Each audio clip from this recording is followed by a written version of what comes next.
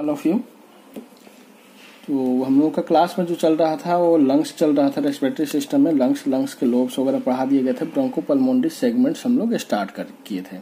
Bronchopulmonary segments में भी introductory कुछ बता दी गई थी चीज़ें। तो ब्रोंकोपल्मोनरी सेगमेंट हम लोग स्टार्ट कर रहे हैं। तो ये जो ब्रोंकोपल्मोनरी सेगमेंट्स होता है, हर दोनों लोब्स में जो दोनों लंग्स होते हैं राइट और लेफ्ट, दोनों में 10 के संख्या में होता है, जिसमें से कुछ बुक्स में राइट में 10 और लेफ्ट में 8 ब्रोंकोपल्मोनरी सेगमेंट्स ऐसे भी दिए होते हैं। लेकिन जो स्टैंडर्ड बुक्स हैं और जो आजकल जो नई बुक्स आ रही हैं उसमें सारे में 10 दोनों में ब्रोंकोपल्मोनरी सेगमेंट्स होते हैं। तो ब्रोंकोपल्मोनरी सेगमेंट्स 10 का नाम तो आप लोगों को पता है, बता दिया है मैंने। तो उसका लोकेशन एक बार हम लोग देख लेते हैं फिगर के थ्रू कि कहाँ कहाँ पे होता है, कैसे होता है। तो अभी राइट लंग्स में शुरू करते हैं। ब्रोंकोपल्मोनरी सेगमेंट्स का लोकेशन कहाँ पे होता है, कैसे होता है। ये है हमारा राइट लंग्स। अब राइट लंग्स में कितने लोब होते हैं? 3 लोब्स होते हैं। 2 फिशर के थ्रू 3 लोब से बटे होते हैं। एक तो ऑब्लिक फिशर और एक ये हॉरिजॉन्टल फिशर। अब इसमें ऊपर वाला अपर लोब, मिडिल लोब और लोअर लोब, 3 लोब होते हैं। अब अपर लोब में देखते हैं तो इसमें 3 ब्रोंकोपल्मोनरी सेगमेंट्स होते हैं। नंबर 1 इसको बोलते हैं एपिकल। नेक्स्ट नंबर 2 इसको बोलते हैं पोस्टेरियर।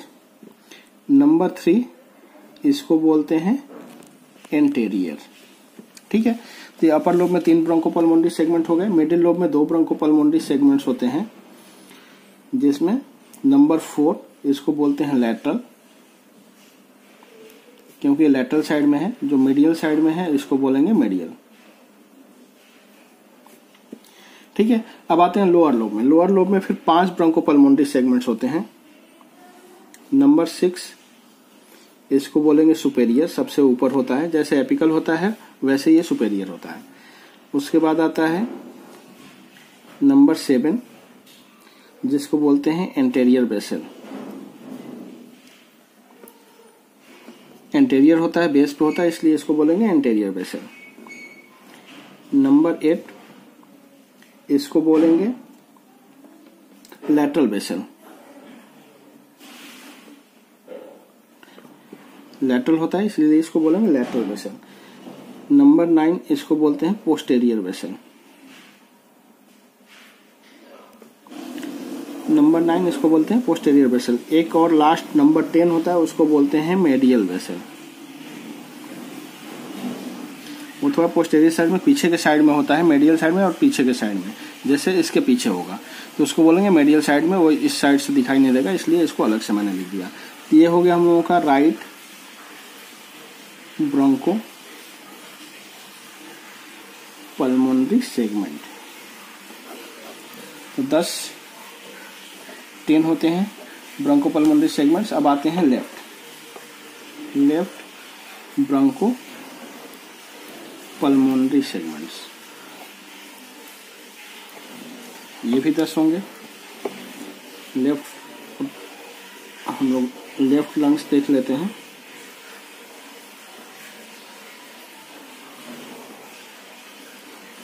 ये लेफ्ट लंग्स है। लेफ्ट लंग में केवल एक फीचर होता है जिसके थ्रू ये 2 लोब्स में बटा होता है। एक ऑब्लिक फीचर होता है, अपर लोब और लोअर लोब। अब इन दोनों में 5 ब्रोंकोपल्मोनरी सेगमेंट्स होते हैं। फर्स्ट इसको बोलेंगे एपिकल, जैसे ऊपर होता था राइट में।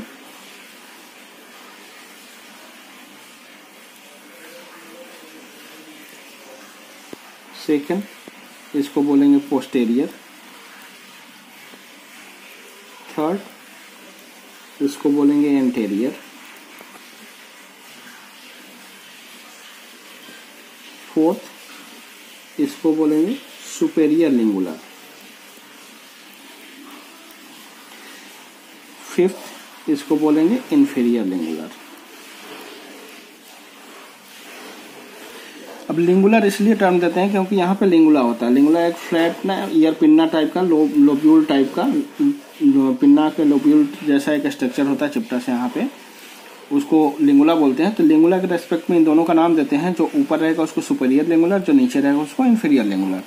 और ये जो सुपेरियर लिंगुलर और इंफीरियर लिंगुलर जो है ब्रोंकोपल्मोनरी सेगमेंट, और राइट लंग्स के जो मेडियल लोब होता है उसके दोनों लोब जो ब्रोंकोपल्मोनरी सेगमेंट्स होते हैं उसी को रिप्रेजेंट करता है, क्योंकि इसमें 2 ही लोब हैं। तो ये जो लेटरल ये मेडियल लोब है इसके जो 2 ब्रोंकोपल्मोनरी सेगमेंट है उसके जगह पे सुपेरियर लिंगुलर और इंफीरियर लिंगुलर 2 ब्रोंकोपल्मोनरी सेगमेंट्स आ जाते हैं। अब आते हैं लोअर लोब में। लोअर लोब में आते हैं तो ये नंबर 6 इसको बोलते हैं सुपेरियर,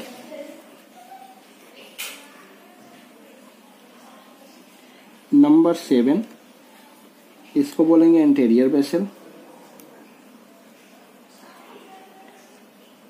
नंबर 8 इसको बोलेंगे लैटरल बेसल, नंबर 9 इसको बोलेंगे पोस्टेरियर बेसल। बेस पे होता है, नीचे ये बेस है लंग्स का, तो इसलिए सारे का नाम जो होता है ना बेसल होता है। पोस्टेरियर साइड में पोस्टेरियर बेसल, लेटरल साइड में लेटरल बेसल, एंटेरियर बेसल है सामने की तरफ होता है। एक और पीछे की तरफ होता है मेडियल साइड में, उसको बोलते हैं नंबर 10 पे मेडियल बेसल। तो इस तरह से 10 ब्रोंकोपल्मोनरी सेगमेंट हो गए, राइट में 10 और लेफ्ट में 10।